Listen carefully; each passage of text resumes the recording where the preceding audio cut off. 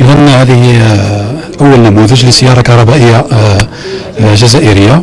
إذا الأجزاء الرئيسية لهذه السيارة الجزائر ودرتو في ريوسكم بالضحك دخلنا عليكم بالله وانتم دايرين طوموبيل ديال الدراري الصغار. هاو قال لك أول سيارة قال لك جزائرية كهربائية صنع جزائري، والطوموبيل ديال الدراري الصغار وما كتحشموش وما كتمرقوش، وطوموبيل عباد الله صغيورة والدريات واقفين كيضحكوا عليكم، والسيد كيبان مخشي في الطوموبيل كيبان تا هو بحال الدري الصغيور. وشو المسؤول كيدير ودي الصناعه ودي وحتى المغرب كيدير لكم الطش والطشاطيش وتعطيهم ارقام قياسيه وكنفرقوكم تفرجوا.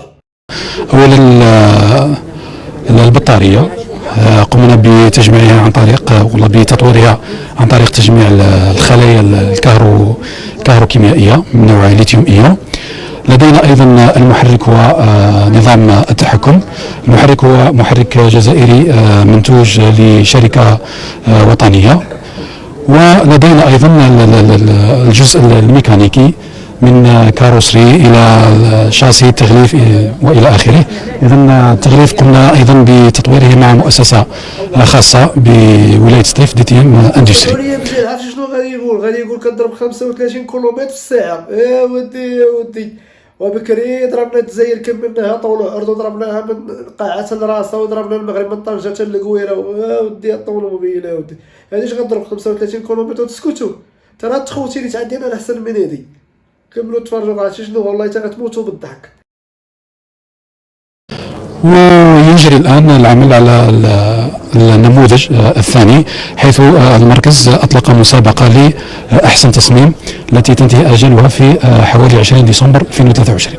سرعة السيارة تبلغ نقدر نوصل بها حتى 35 كم في الساعة. العجلات هما من إيريس منتوج وطني أيضا. راك هي السيارة ديال المغرب نقارنوا دابا السيارة اللي صنعوا المغاربة والجزائريين. راكم شفتوا ديال الدراري الصغار ديال العيشورة، شو ديال المغرب كي دايره، وترى ما يمكنش حنا الخيال العلمي.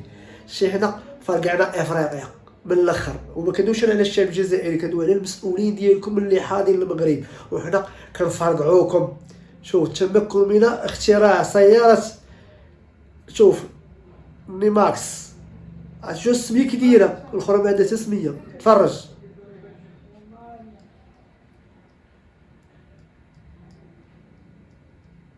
اول سياره رباعيه الدفع. تفرج شوف قبل ازاله الحصان العلق.